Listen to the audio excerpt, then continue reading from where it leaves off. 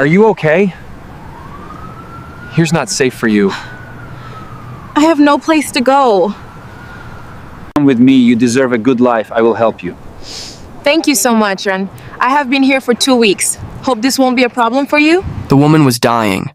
Not quickly, not dramatically, but slowly, quietly. The way hope dies when you've been invisible for so long that even you start to forget you exist. She pulled the thin blanket tighter around her shoulders as rain drummed against the cardboard walls of her makeshift shelter. 3 days since she'd last eaten a real meal. 5 days since she'd slept in a bed. 2 weeks since her world had collapsed like a house of cards in a hurricane. Hello, friends. Thank you so much for stopping by. Please support me by subscribing to my channel, like and share this video to your family and friends. I truly appreciate your kind heart. So let's begin. The cruel irony wasn't lost on her. For 4 years, she'd kept someone else's world perfect. Spotless marble countertops, fresh flowers arranged just so, coffee brewed to exactly the right temperature, a mansion that ran like clockwork because she made sure every gear turned smoothly. Now she was dying by degrees under a bridge, and the man whose life she'd perfected didn't even know she existed. At least, that's what she thought.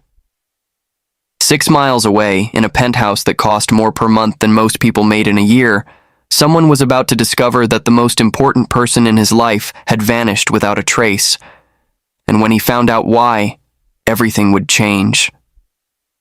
Xavier Banks stood at the wall of windows in his downtown Atlanta penthouse, watching the city lights blur into streaks of gold and red. The champagne in his hand had gone flat an hour ago, but he barely noticed. Tonight, he'd closed the deal that would make him the youngest black man to reach billionaire status in Georgia's history.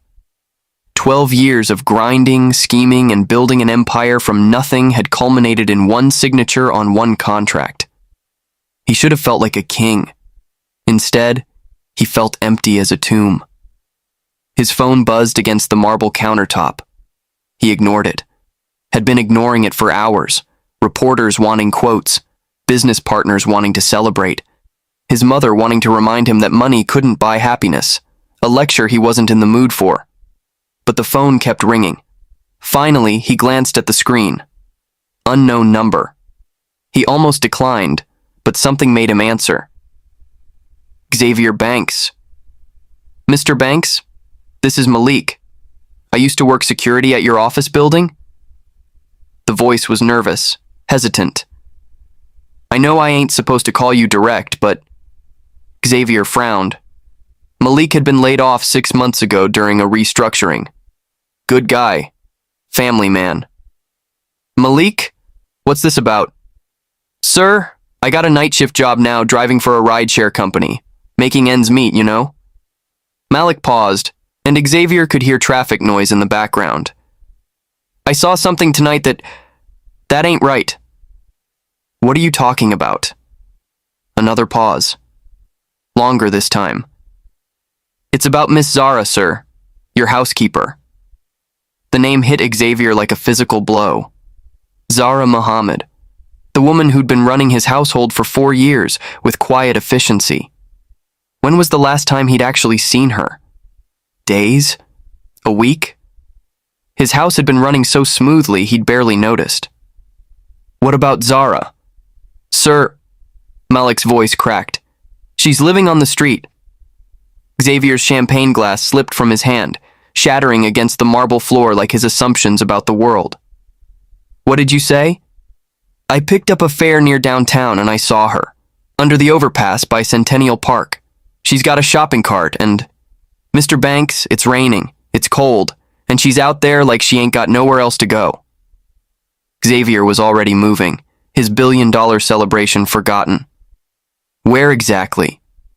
Sir, maybe you should call the police or social services or... Where, Malik? The address came through a rush of static and street noise. Xavier was grabbing his keys before Malik finished talking. Zara Muhammad was reliable, professional, almost mystically capable. She'd transformed his cold, sterile penthouse into something that actually felt like home. She had a job, health insurance, a steady paycheck. She couldn't be homeless. But as his headlights swept across the dark spaces under the overpass, Xavier's world shifted on its axis. Because there she was. Levon Jenkins had been stealing from Xavier Banks for 11 months. She was meticulous about it. A true professional. $20 from the grocery budget here, $50 from household repairs there. Never enough to trigger suspicion, just enough to feed her cocaine habit and maintain the facade of respectability that kept her employed in wealthy households. As Xavier's head of household management, Levon oversaw a staff of 6 people who kept his various properties running smoothly. She paid the bills, managed the budgets, hired and fired as needed.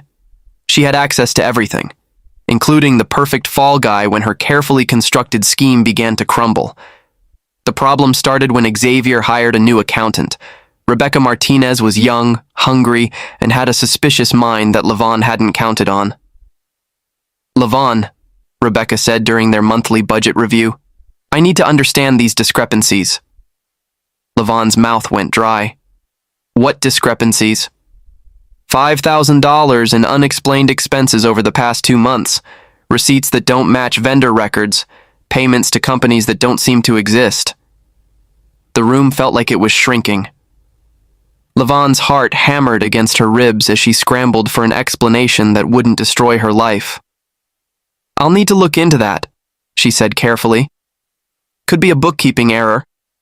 Could be. Or it could be theft." The word hung in the air like poison gas. Levon forced her expression to remain neutral, but inside, she was calculating. How long before Rebecca dug deeper? How long before the full extent of her embezzlement came to light? She needed a scapegoat. Fast. "Actually," Levon said slowly, "I've been concerned about some irregularities myself." Rebecca's eyebrows rose. "What kind of irregularities?" "It might be nothing, but I've noticed some issues with petty cash. And Zara has been asking a lot of questions about the household accounts lately." "Zara, the housekeeper? She's got access to cash for daily expenses, and she knows when repair people are scheduled, what supplies are ordered." Levon let suspicion creep into her voice. "I didn't want to say anything without proof, but..." "But what?"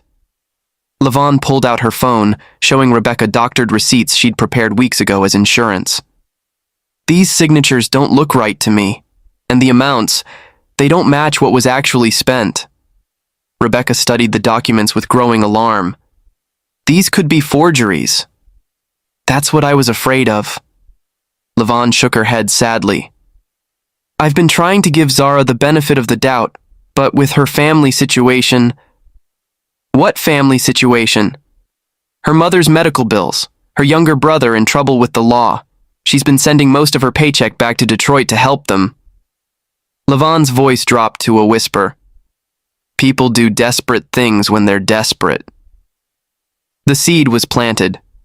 Rebecca would investigate, but she'd be looking in the wrong direction. And by the time anyone thought to examine Levon's role, Zara would be long gone. It was the perfect plan. What could go wrong? "Zara, we need to talk." Zara looked up from the vacuum she was servicing, immediately alert. In 4 years of working for Xavier Banks, she'd learned to read the subtle signals that meant trouble. And Levon's tone right now was sending up red flags. "What's going on, Ms. Jenkins?" Levon closed the door to the supply room, making the space feel suddenly claustrophobic. "There's been a problem with the household accounts." Zara's stomach dropped. "What kind of problem?" "Money's missing. Significant amounts." Levon studied Zara's face carefully. "Do you know anything about that?" "No, nothing. I don't even have access to the main accounts." "But you do handle daily cash expenses, groceries, supplies, tips for service people." The implication hung in the air like smoke. Zara felt her chest tighten. "Ms. Jenkins, I've never taken anything that didn't belong to me, not ever." "I want to believe that, Zara. I really do." Levon's voice was soft, almost motherly. "But the evidence suggests otherwise." "What evidence?" Levon pulled out her tablet, showing Zara a series of receipts and invoices. The numbers swam before Zara's eyes as she tried to make sense of what she was seeing. Signatures that looked like hers but weren't. Amounts that didn't match her memories. Dates that didn't add up. These discrepancies all trace back to days when you were working alone in the house, Levon continued. And I know you've been under financial pressure. Your mother's surgery, your brother's legal troubles. How do you know about my family? I make it my business to know about the people who work in Mr. Banks's home. For security reasons. Zara stared at the documents, her mind reeling. Everything looked official, legitimate, damning. But she knew with absolute certainty that she'd never signed those receipts, never authorized those payments. This isn't right, she said quietly. I never... Zara. Levon's voice carried the weight of finality. I'm going to make this simple for you. Resign. Today. Walk away quietly, and I won't involve the police. Ms. Jenkins, please. This job. I need this job. My family depends on me. You should have thought about that before you started stealing. The accusation hit like a slap. Zara felt tears burning behind her eyes, but she refused to let them fall. Not here. Not in front of this woman who was destroying her life with lies. I never stole anything. The evidence says otherwise. Levon stood up, signaling the end of the conversation. Clear out your locker. I want you gone within the hour. And if I refuse? Levon's expression went cold. Then I call Mr. Banks and show him these documents. Is that what you want? A police investigation? Criminal charges? Your name in the papers as a thief? Zara thought about her mother, who was still recovering from heart surgery. About her brother Jamal, who was finally getting his life together after years of bad choices. About the community center where she volunteered on weekends, teaching kids that hard work and honesty would eventually pay off. All of it would be destroyed by scandal, whether she was innocent or not. I'll clean out my locker, she said quietly. Smart girl. Levon's smile was sharp as a blade. And Zara? If anyone asks why you left, you'll tell them it was your decision. Personal reasons. Understood? Zara nodded, because what choice did she have? She walked out of that supply room knowing her life had just ended, and she still didn't understand why. Zara's landlord was not a patient man, and he was definitely not a charitable one.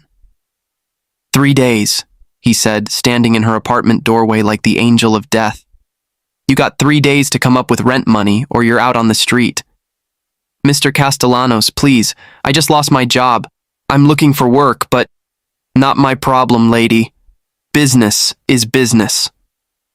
The door slammed with the sound of inevitability. Zara sank onto her second-hand couch and tried to think. She had $400 to her name. Rent was $1,200, plus 2 months of late fees. Even if she found a job tomorrow, nobody was going to pay her enough to cover that gap. She'd already sold everything of value. Her grandmother's jewelry, her car, the laptop she'd saved up for 2 years to buy. There was nothing left. She called her sister in Detroit. Zara? Girl, thank God you called. Mama's asking for you, and Jamal got that job at the warehouse, so things are looking... Keisha. Zara's voice cracked on her sister's name. I lost my job. The silence stretched across the phone lines like a chasm. What? How? I thought you said Mr. Banks was happy with your work. There was money missing. They blamed me. You? Zara, you won't even take extra ketchup packets from McDonald's. You're the most honest person I know. Doesn't matter what I am. Matters what they can prove. Keisha was quiet for a long moment. Can you fight it? With what? I can't afford a lawyer. Can't even afford groceries right now. How bad is it? The words stuck in Zara's throat like broken glass. I'm about to be homeless. Oh, honey. Keisha's voice broke. I wish I could help, but with Mama's medical bills and my own kids... I know. I'm not asking for money. I just... needed to hear a friendly voice. They talked for a few more minutes, but Zara could hear the guilt and helplessness in her sister's words. The knowledge that there was nothing she could do from 500 miles away. After she hung up, Zara sat in the growing darkness of her apartment and tried to imagine a way forward. But every path led to the same destination. In 3 days, she'd be living on the street. The first night taught Zara things she'd never wanted to learn, like how quickly you become invisible when you have nowhere to go, how the eyes of strangers slide right past you, as if homelessness were contagious, how cold concrete feels against your back when there's nothing between you and forever. She'd tried the shelters first, but they were all full. Waiting lists stretched for weeks. The Salvation Army had a program for women in crisis, but it required documentation she couldn't provide and references from employers who'd already branded her a thief. By midnight, she was walking the streets of downtown Atlanta with 2 garbage bags full of everything she owned, looking for somewhere safe to sleep. She found the overpass by accident, a concrete alcove that provided some shelter from the wind, hidden enough to avoid notice from police who might move her along. It wasn't much, but it was something. She used one garbage bag as a pillow and the other as a blanket, curling up on cardboard she'd found behind a restaurant. The city sounds, sirens, traffic, the distant thump of music from clubs created a harsh lullaby that kept sleep at bay. But the worst part wasn't the cold or the fear or the gnawing hunger. The worst part was the shame. 4 years of building a reputation as someone reliable, trustworthy, essential. 4 years of taking pride in her work, in the way she could transform chaos into order with quiet efficiency. All of it destroyed by lies she couldn't fight and truths no one would believe.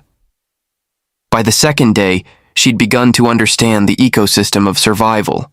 Which restaurants threw away food that was still edible, where to find day-old bread and dented cans of soup, how to stay clean using public restroom sinks without drawing attention, how to be invisible in ways she'd never imagined.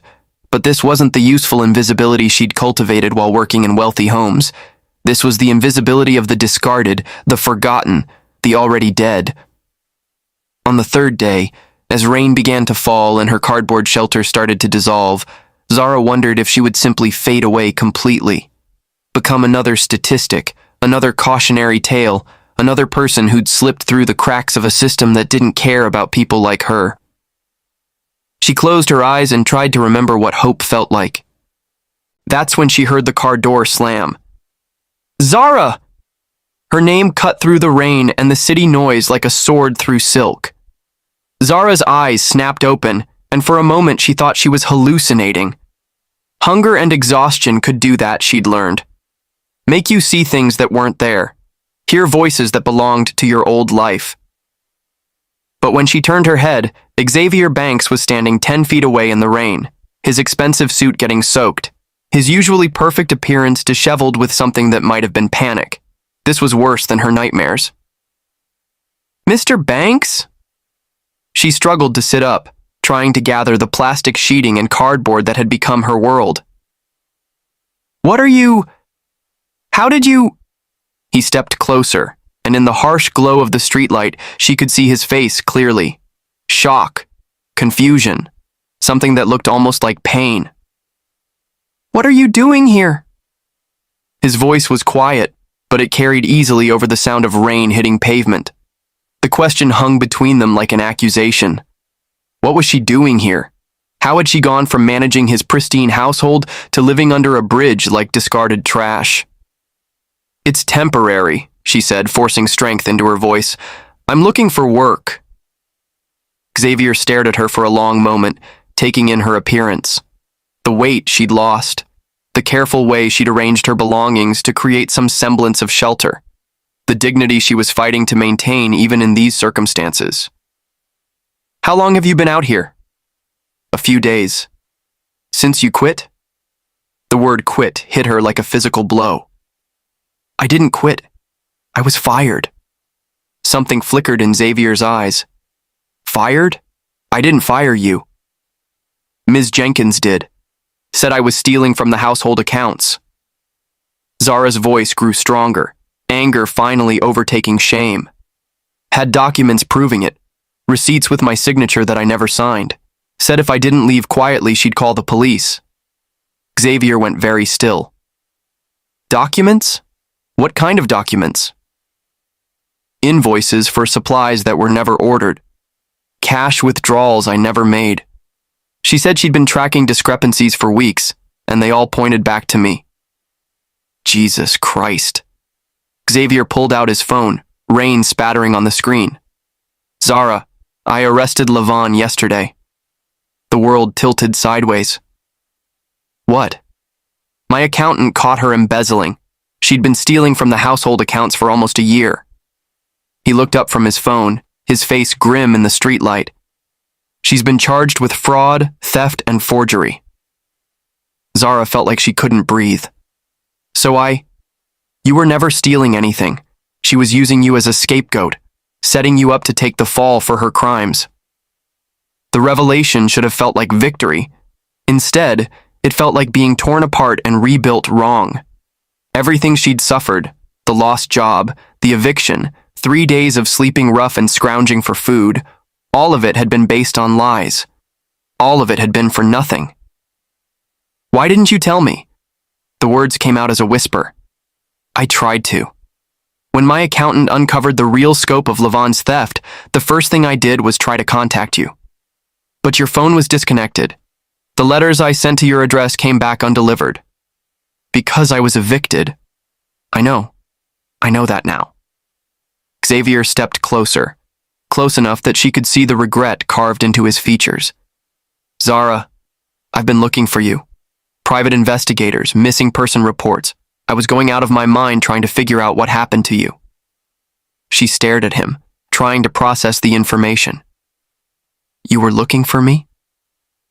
Of course I was looking for you. His voice cracked slightly. You think I didn't notice when you disappeared? When my house stopped feeling like a home?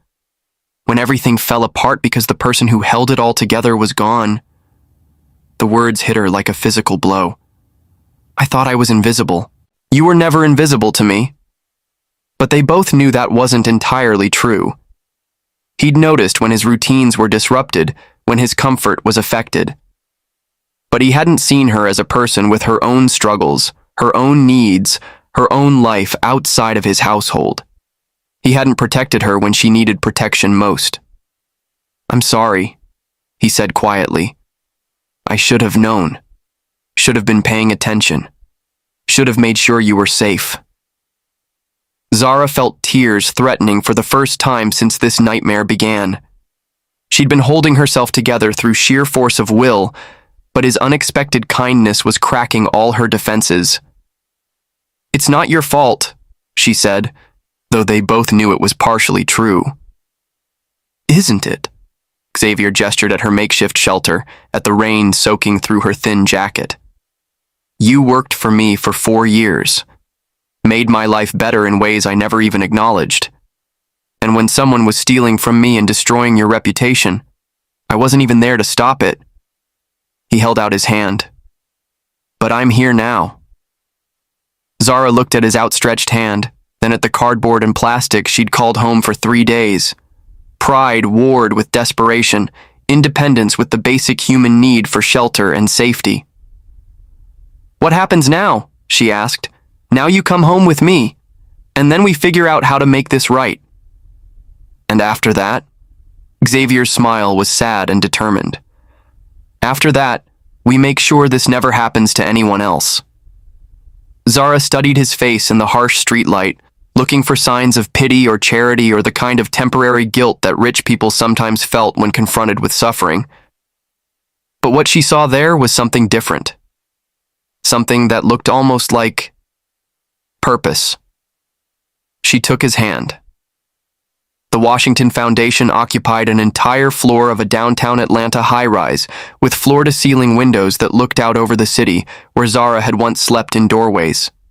She stood in her office with her name on the door and a view that reminded her daily of how far she'd come, reviewing applications from people whose stories sounded heartbreakingly familiar. A single mother facing eviction because her car broke down and she missed too much work. A man whose medical bills had drained his savings and left him choosing between medication and rent. A teenager aging out of foster care with nowhere to go. The invisible people. The ones society had forgotten. A soft knock interrupted her thoughts. Xavier stood in the doorway holding 2 cups of coffee. Got a minute? For the co-founder, I suppose. Zara grinned and accepted the coffee. What's on your mind? Just wanted to check our numbers for this quarter. We're ahead of schedule. Helped 417 individuals and families this month. Average response time from application to assistance is 36 hours. She pulled up the spreadsheet on her computer. And our administrative costs are still under 8%. Show off. Xavier settled into the chair across from her desk. Any stories this week? This was his favorite part too, hearing about the lives they'd changed, the crises they'd averted, the hope they'd restored. Remember the woman from last month? The one who was living in her car with her 3 kids because she couldn't afford first month's rent and deposit? Xavier nodded. We found her an apartment. She sent me this. Zara pulled up an email on her phone. Pictures of her kids doing homework at their own kitchen table for the first time in months. The oldest one, she's 8, wrote us a thank you letter. Want to see? They read the carefully printed words together. Thank you for helping my mama find us a home. Now I can have friends over and we don't have to hide in parking lots anymore. When they finished, Xavier was quiet for a long moment. You know what's crazy? He said finally. What? 6 months ago, I thought success meant accumulating wealth, building an empire, getting my name in business magazines. He gestured toward the window, toward the city full of people they were helping. But this feels more real than any deal I ever closed. Zara studied his face. Any regrets? About starting the foundation? Never. Xavier paused. About not seeing you sooner? About letting you slip through the cracks of my own household? Every single day. We see each other now? Yeah. He smiled, and it was the same smile that had convinced her to take his hand 6 months ago under a bridge in the rain. We do. After he left, Zara turned back to her computer, and the applications that represented hundreds of people balanced on the knife's edge between stability and catastrophe. People who were invisible to the world, but not to her. Never to her. She picked up the first application. A man who cleaned office buildings at night and needed money to fix his car so he wouldn't lose the job that barely kept him housed, and got back to work. Because she'd learned something important during those 3 days on the street. Being invisible wasn't always a choice, but being seen was a gift she could give to others. And sometimes, the most important thing you could do was help people remember that they mattered, that they existed, that they deserved to be seen. Dear friends, thank you so much for watching. Please support me by subscribing to my channel, and don't forget to like and share this video. It means the world to me. Take care of yourself and never forget how much you're loved. I can't wait to see you in the next video. Sending you all my love.